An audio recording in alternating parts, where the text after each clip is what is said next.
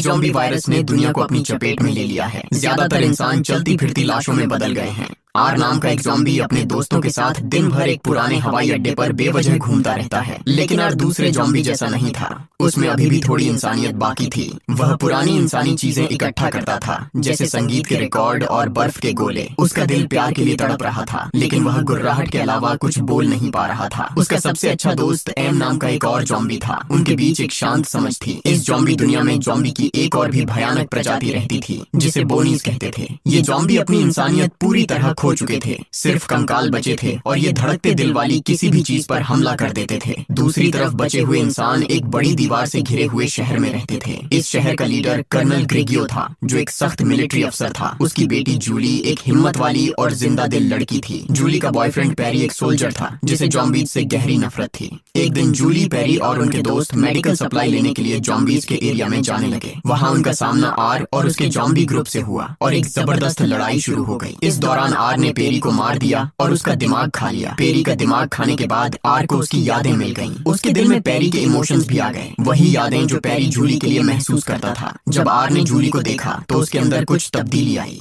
उसने पेरी का बचा हुआ दिमाग उठाया और धीरे धीरे जूली के पास गया। जूली ने डर के मारे उसे छुरी मारी, लेकिन आर को कोई फर्क नहीं पड़ा। जूली डर के मारे गिर गई, लेकिन आर ने उसे नुकसान नहीं पहुंचाया, बल्कि उसने प्यार से उसका नाम लिया, जिससे जूली हैरान रह गई। जब उसने देखा कि और ज़ॉम्बीज उनकी तरफ आ रहे हैं, आर ने जूली पर ज़ॉम्बी का खून लगा दिया ताकि उसकी इंसानी बू छिप जाए। फिर उसने उसे अपने साथ भीड़ के बीच से सुरक्षित निकाल लिया। उस दिन आर का फूड ट्रिप कुछ ज्यादा ही खास साबित हुआ। सिर्फ पेट ही नहीं भरा था, बल्कि आर को तो गर्लफ्रेंड भी मिल गई थी। आर जूली को अपने एयरप्लेन वाले हाइड आउट में ले गया। जूली डर के मारे रो पड़ी। आर ने अजीब से अंदाज में अपने बाल ठीक किए, जैसे कह रहा हो मैं कुछ बुरा नहीं करने वाला। लेकिन वो अब भी ज़ॉम्बी था। एक पूरा वाक्य बोलना उसके बस की बात नहीं थी। उसकी टूटी फूटी बातों ने जूली को और डरा दिया। आर ने उसके चेहरे पर डर देखा तो वो प्लेन से बाहर चला गया ताकि उसे थोड़ा स्पेस मिल सके। जूली को समझने के लिए आर ने पेरी का थोड़ा और दिमाग खाया, और जैसे जैसे उसे उसकी यादें मिली, वह जूली के पास लौट आया। इस बार उसने कोशिश की कि कम डरावना लगे। बिना शब्दों के सिर्फ अपने हाव भाव से अपनी बात समझाने लगा। उसने एक म्यूजिक रिकॉर्ड उठाया और अपना पसंदीदा गाना बजाया, जैसे वो गाना उसके दिल की बात कह रहा हो। जूली उसे हैरानी से देख रही थी, समझ नहीं पा रही थी कि ये ज़ॉम्बी सच में क्या चाहता है।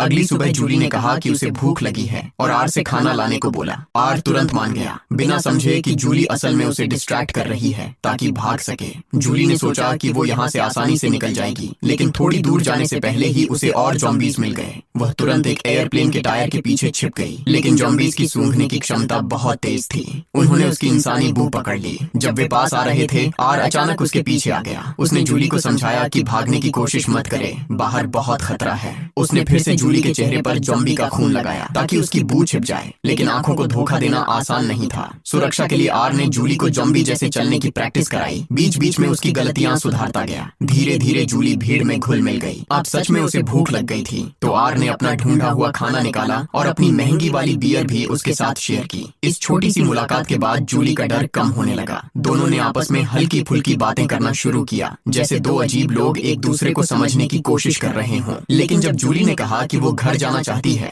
आर ने मना कर दिया। बाहर अभी भी बहुत खतरा था। उसने वादा किया कि जब सब कुछ सुरक्षित होगा तब वो उसे घर छोड़ देगा। जूली ने मजबूरी में हाँ कर दी। अगले कुछ दिनों में दोनों ने रनवे पर बाइक चलाकर मजे लिए। कभी रिकॉर्ड सुनते, कभी बेकार के गेम खेलते। दोनों एक नॉर्मल कपल जैसे लगने लगे थे। जूली तो लगभग भूल ही गई थी कि आर एक ज़ॉम्बी है। ज़ॉम्बीज को नींद नहीं आती थी, इसलिए आर हर रात जूली की निगरानी करता। उसे ये करके अजीब सा सुकून मिलता था, लेकिन ये सुकून ज्यादा दिन टिकने वाला नहीं था। एक रात आर ने देखा कि जूली गायब हो गई है। घबराकर वह बाहर भागा तो देखा कि वह ज़ॉम्बी से घिरी हुई है। जूली ने जी जान से लड़ाई की, लेकिन ज़ॉम्बी बहुत ज्यादा थे। जूली को आर के दोस्त एम ने पकड़ लिया। बिल्कुल सही वक्त पर आर वहाँ आ गया और जूली को बचा लिया। उस लड़की के लिए आर ने अपने सबसे अच्छे दोस्त पर ही हमला कर दिया। एम पूरी तरह से हिला हुआ था। उसके लिए तो ज़ॉम्बीज का मतलब था बस इंसान को खाना। आर कुछ समझाने ही वाला था कि उसने दूर से एक बोनी को देखा। उसके सामने टिकना बेकार था, तो आर ने जूली का हाथ पकड़ा और दोनों भाग गए। लेकिन बोनेज अपना शिकार इतनी आसानी से नहीं छोड़ते। वो किसी तरह बच तो गए, लेकिन जैसे ही बाहर निकले, सामने और 3 बोनेज खड़े थे। तभी अचानक एम एक बैगेज ट्रैक्टर लेकर आया और बोनेज को कुचल दिया। उसने आर और जूली दोनों की जिंदगी बचा ली, लेकिन अभी सुकून लेने का मौका नहीं मिला कि सामने और ज़ॉम्बीज आ गए। पर ये ज़ॉम्बीज बोनेज से अलग थे। जब उन्होंने देखा कि आर एक इंसान का हाथ पकड़े खड़ा है,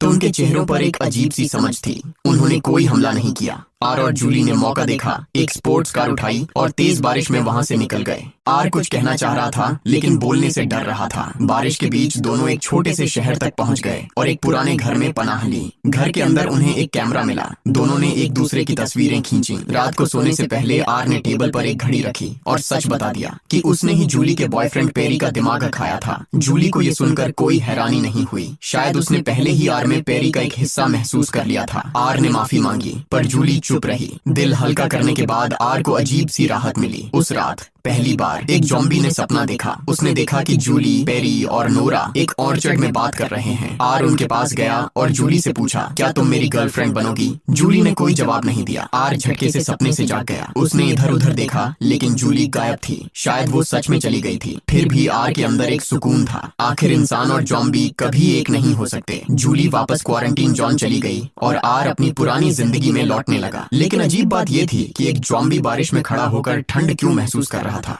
तभी एम कुछ ज़ॉम्बीज के साथ उसके सामने आया। जूली और आर के जाने के बाद एम को एक पोस्टर मिला था जिसमें दो लोग हाथ पकड़े खड़े थे। उस पोस्टर ने एम को आर और जूली की याद दिला दी। धीरे धीरे दूसरे ज़ॉम्बीज भी एम के पीछे चलकर अपनी यादें याद करने लगे और उनके मुर्दा दिल दोबारा धड़कने लगे। ये निशानी थी कि वो वापस इंसान बन रहे थे। लेकिन बोनिस ने ये बदलाव महसूस कर लिया। उनके लिए ये बदलते हुए ज़ॉम्बीज गद्दार थे। उन्होंने इन्हें अपने ग्रुप से निकाल दिया। बोनिस ने पूरा दोष आर और जूली पर डाल दिया कि उनके रिश्ते ने पूरी ज़ॉम्बी दुनिया को बिगाड़ दिया है। अब बोनिस दोनों का शिकार करने निकल पड़े। जूली को बचाने के लिए आर ने फैसला किया कि वो इंसानों के क्वारंटीन जोन में जाएगा, पर उसे पता था एक अकेला ज़ॉम्बी कुछ नहीं कर सकता। इसलिए उसने एम से मदद मांगी और इन दोनों की लीडरशिप में ज़ॉम्बीज का एक ग्रुप जूली को बचाने के लिए निकल पड़ा। आर ने एम से कहा कि वो बाहर रुके जबकि जूली को ढूंढने के लिए वो अकेला शहर के अंदर घुसेगा। पेरी की यादों का इस्तेमाल करते हुए आर ने एक छिपा हुआ रास्ता ढूंढ लिया। सिर पर टोपी पहने वो चुपके से शहर के अंदर घुस गया। उसका शरीर अब भी बदल रहा था। कुछ देर बाद वो एक खूबसूरत घर के सामने जा पहुंचा जो जूली का घर था। वो काफी देर बाहर इंतजार करता रहा जब तक जूली बालकनी पर नजर नहीं आई। जूली ने आर को देखा तो हैरान रह गई। उसने तुरंत दरवाजा खोला, उसे अंदर बुलाया और जोर से गले लगा लिया। जैसे ही उसने आर के जिस्म की गर्मी महसूस की, उसे यकीन हो गया कि वो सच में बदल रहा है। आर ने जूली को बताया कि अब कई और ज़ॉम्बीज भी बदल रहे हैं और बोनिस सबको मारने आ रहे हैं। ये सुनकर जूली ने कहा कि उसे अपने पिता कर्नल ग्रिगियो से बात करनी चाहिए, लेकिन तब तक बोनिस की फौज क्वारंटीन जोन की तरफ बढ़ चुकी थी। कर्नल ग्रिगियो जिद्दी था। उसने जूली की बात सुनने से मना कर दिया। जब कोई रास्ता नहीं बचा, आर सामने आया। उसने अपने चेहरे पर मेकअप लगाया था, लेकिन ग्रिगियो ने तुरंत पहचान लिया कि ये ज़ॉम्बी है।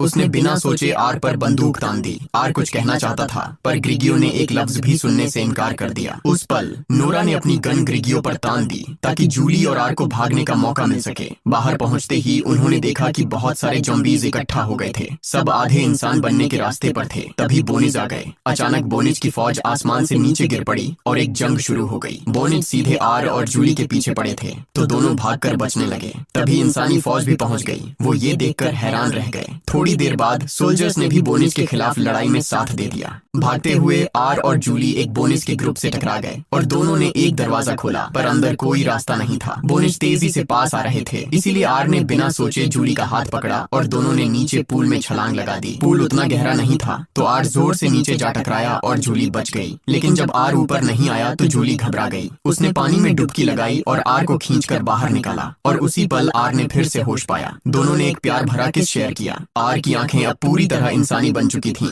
लेकिन उसी पल एक गोली उसके सीने में लगी जो कर्नल ग्रिगियो ने मारी थी, क्योंकि वो अब भी उन दोनों के रिश्ते को मान नहीं पा रहा था। जूली ने उसे समझाने की पूरी कोशिश की पर तभी आर के जख्म से खून बहने लगा, लेकिन ज़ॉम्बीज का खून नहीं बहता। ये देखकर ग्रिगियो का चेहरा बदल गया और उसने बंदूक नीचे कर दी। सोल्जर्स ने भी अपने हथियार रख दिए। इंसानों ने आर को अपना लिया था। आखिरकार आधे इंसान बने ज़ॉम्बीज और ह्यूमंस ने मिलकर बोनिस को खत्म कर दिया। बोनिस कभी वापस इंसान नहीं बन सकते थे। जो बचे उन्हें भूख से मरने के लिए छोड़ दिया गया। जो सेमी इन्फेक्टेड बचे थे उन्होंने दोबारा इंसान की तरह जीना सीखना शुरू किया। धीरे धीरे शहर फिर से नॉर्मल होने लगा और बारिश में एक ही छतरी शेयर करते हुए एम और नोरा एक साथ आ गए। आर पूरी तरह इंसान बन चुका था। जूली के साथ खड़ा वो दूर सूरज ढलते हुए देख रहा था और उनके पीछे क्वारंटीन वॉल तोड़ दी गई थी, जो इस बात की निशानी थी कि ज़ॉम्बी युग खत्म हो चुका था। आखिर साबित हो गया कि कभी कभी प्यार सच में दुनिया बदल सकता है और यही मूवी खत्म हो जाती है। अगर आपको ये वीडियो पसंद आई हो तो चैनल को सब्सक्राइब करें और बेल आइकन दबाएं ताकि ऐसी और वीडियो आप तक पहुंचती रहें। देखने के लिए धन्यवाद।